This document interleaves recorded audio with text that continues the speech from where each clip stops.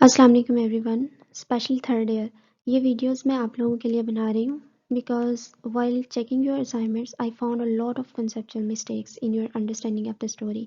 इसलिए मैंने सोचा कि मैं यहाँ पर भी आप लोगों के लिए लेक्चर्स अपलोड कर देती हूँ ताकि जब आप घर पे टेक्स्ट की रीडिंग कर रहे हो तो आपको कोई डिफ़िकल्टी ना हो in understanding the story and also in remembering the correct sequence of the events in the story. ठीक है, तो इसलिए the killers by Ernest Hemingway आपके सिलेबस की फर्स्ट शॉर्ट स्टोरी है, तो यहीं से स्टार्ट कर लेते हैं। तो सबसे पहले ऑथर का introduction. Ernest Hemingway is the author of the short story. He was born in Oak Park, Illinois in 1899 and died in 1961 in America.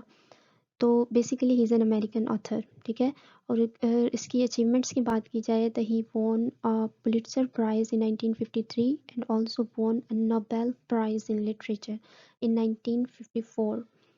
और इम्पोर्टेंट वर्क्स में इसके जो नॉवेल्स इंक्लूड हैं वो हैं the sun also rises, a farewell to arms, for whom the bell tolls, और last one है एक novella the old man and the सी।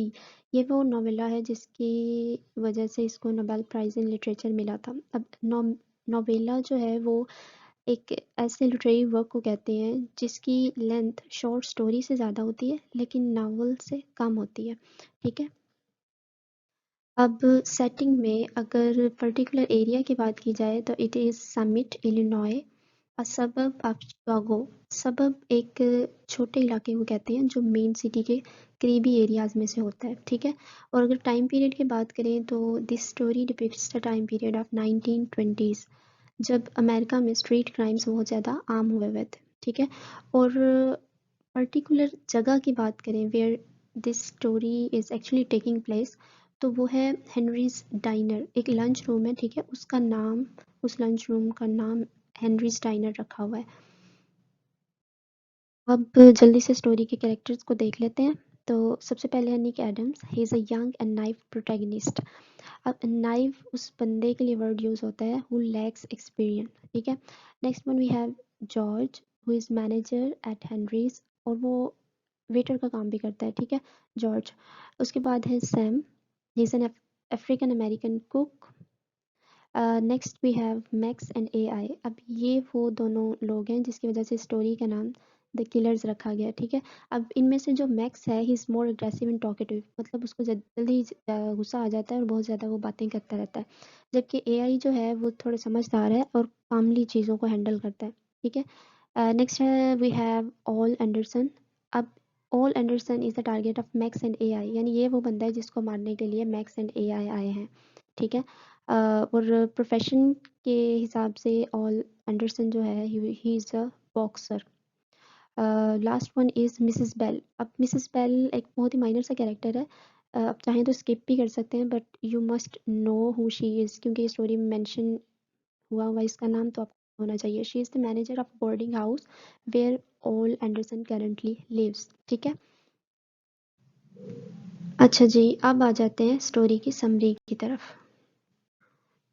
तो जो स्टोरी है वो स्टार्ट होती है मैक्स एंड एआई के अचानक लंच रूम में एंट्री से। ठीक है, उसके बाद फिर इनकी अपीयरेंस के बारे में बताया गया है कि दोनों ने ओवरकोट पहने हुए हैं, ग्लव्स पहने हुए हैं और साथ में डर्बी हैट्स ली हुई हैं, और दोनों का गेटअप जो है वो सेम है, और सेम गेटअप की वजह से वो दोनों ट्विन्स भी लगते हैं।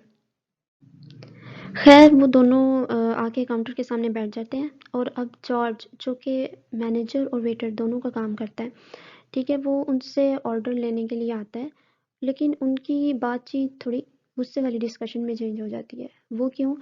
क्योंकि ये दोनों जो भी खाना लाने के लिए कहते हैं वो रात के मेन्यू में इंक्लूड होता है। ठीक है, इसलिए जॉर्ज उन्हें ये बताता है कि सब डिनर के मेन्यू में इंक्लूड है और डिनर 6 बजे से पहले रेडी नहीं होता। अब उनमें से एक आदमी क्लॉक की तरफ देखते हुए कहता है कि चलो कोई बात नहीं, डिनर का टाइम होने में थोड़ी देर ही बाकी है, क्योंकि 5:20 तो हो गए हैं। अब अगेन जॉर्ज उन्हें करेक्ट करते हुए कहता है कि this clock is actually 20 minutes fast, मतलब असल में ये 5 बज रहे हैं। ठीक है, खैर काफ़ी देर बहस के बाद वो दोनों आखिर कुछ ना कुछ खाना ऑर्डर कर ही देते हैं, लेकिन खाना ऑर्डर करते ही अब वो कोई अल्कोहलिक ड्रिंक्स, मतलब शराब टाइप कुछ ऑर्डर करना चाहते हैं, और जॉर्ज बेचारे को फिर यकीन दिलाना पड़ता है कि वो अल्कोहल ऑफ़र नहीं करते, ठीक है? और ये बात सुन के उनका फिर मूड ख़राब हो जाता है। मतलब ये कि दोनों ना तपे बैठे हैं, बस बहाना चाहिए इनको लड़ने का। और इनको जॉर्ज के साथ लड़ते हुए ना सामने बैठा हुआ निक एडम्स भी ऑब्ज़र्व कर रहा होता है।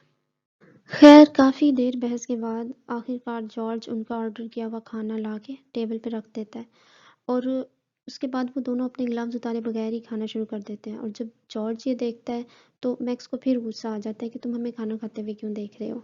और इसी गुस्से में फिर वो निक को भी पॉइंट आउट करता है कि और उसे कहता है कि यहाँ से उठो और जॉर्ज के साथ आके खड़े हो जाओ ताकि वो जिस मिशन के लिए मतलब जिसको मारने आए हैं उसके हिसाब से लंच रूम की सेटिंग कर सके। और जो एआई है वो जॉर्ज को फोर्स करने लग जाता है कि जो यहाँ कुक है सैम उसको किचन से बाहर लेके आए। और उसके बाद वो अपना प्लान बताता है कि वो सैम और निक के साथ किचन में रहेगा जबकि मैक्स जॉर्ज के साथ काउंटर पर, ठीक है। और अब मैक्स उन सबको बताने लग जाता है कि वो यहाँ किसी ओल्ड एंडरसन को मारने आए हैं कि वो 6 बजे यहाँ डेली खाना खाने आता है। और इसी दौरान वो जॉर्ज को बातों में भी लगाने की कोशिश करता है ये कह के कि वो मूवीज़ देखने जाता है या नहीं। लेकिन जॉर्ज परसिस्ट करता रहता है कि वो बस ये जानना चाहता है कि आखिर ये लोग ओल एंडरसन को कत्ल करना क्यों चाहते हैं। खैर फिर मैक्स उसे बताता है कि उनकी कोई ज़ाती दुश्मनी नहीं है, बस वो एक दोस्त के कहने पर ये सब कर रहे हैं। ये उसके वर्ड्स हैं कि we are killing him for a friend just to oblige a friend. और जब एआई ये सब सुनता है तो वो उसे डांटता है कि शट अप, तुम बहुत ज़्यादा बोल रहे हो और हमारे मिशन के बारे में इंफॉर्मेशन लीक किए जा रहे हो। उसके बाद मैक्स वहाँ जॉर्ज को हिदायत देने लग जाता है कि कोई भी खाना लेने आए तो तुमने कहना है कि कुक छुट्टी पर है इसलिए खाना नहीं बन सकता, तो वो खुद ही चले जाएंगे। फिर जॉर्ज उससे पूछता है कि ओल एंडरसन को मारने के बाद वो यहाँ मौजूद लोगों के साथ क्या करेंगे, जिसका मैक्स कोई खास क्लियर जवाब नहीं देता। खैर ये सब करते करते 6:15 हो जाते हैं और फिर एक आदमी खाना लेने भी आता है और जॉर्ज उसको यही कह के वापस भेज देता है कि सैम अवेलेबल नहीं है।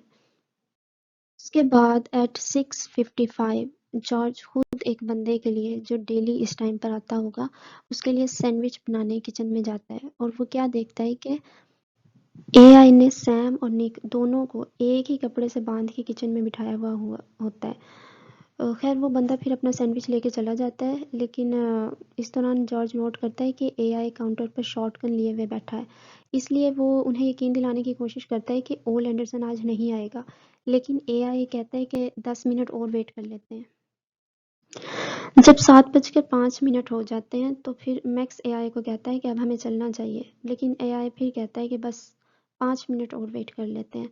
और इसी दौरान दौरान एक और कस्टमर भी आता है लेकिन वो भी नाराज़ होकर चला जाता है कि डिनर आज क्यों सर्व नहीं किया जा रहा। खैर फिर मैक्स एआई को कन्विंस कर लेता है कि ओल एंडरसन आज नहीं आ रहा तो बस अब उन्हें चलना चाहिए। फिर उसके बाद एआई कहता है और इन सब का क्या करें, तो मैक्स कहता है कि इन्हें ऐसे ही छोड़ देते हैं, कुछ नहीं होता। और उसके बाद फिर वो यहाँ से लंच रूम से चले जाते हैं। अब जब वो दोनों यहाँ से चले जाते हैं तो निक सैम और जॉर्ज को कहता है कि इस सारे मामले के बारे में वो ओल एंडरसन को इन्फॉर्म करना चाहता है। इसके बाद फिर वो उस बिल्डिंग में जाता है जहाँ एंडरसन ने स्टे किया हुआ है और वो उसको सारा वाक़या बताता है। लेकिन एंडरसन को कोई ख़ास हैरानी नहीं होती और वो कहता है कि वो ये सब ऑलरेडी एक्सपेक्ट कर रहा था क्योंकि उससे सिटी में एक मिस्टेक हो गई थी। फिर निक उसे कहता है कि अगर वो पुलिस की हेल्प लेना चाहता है तो उसे बताए या फिर यहाँ से कहीं चला जाए, लेकिन एंडरसन उसे मना कर देता है। वो कहता है कि वो भाग भाग के थक चुका है तो इसलिए जो होगा देखा जाएगा। लेकिन फिर भी वो निक का शुक्रिया अदा करता है और फिर उसके बाद निक वापस आ जाता है। और रास्ते में उसे उस बिल्डिंग की मैनेजर मिसेस बेल भी मिलती है। वो उसे बताती है कि ओल एंडरसन कितना अच्छा इंसान है। अब निक वापस लंच रूम आ जाता है और वो आके सैम और जॉर्ज को बताता है कि एंडरसन इस बारे में कुछ भी करना नहीं चाहता। फिर जॉर्ज कहता है कि वो लोग उसे ढूंढ के मार देंगे। अगेन ये कहता है कि वो इस सारे इवेंट से बहुत ज़्यादा परेशान है और इसलिए वो सोच रहा है कि ये टाउन ही छोड़ के चला जाए। फिर जॉर्ज भी उसे कहता है कि ये अच्छा आइडिया है, लेकिन निक फिर कहता है कि उसे ये सोच के बहुत ज़्यादा टेंशन हो रही है कि ओल एंडरसन इस बारे में कुछ क्यों नहीं करना चाहता।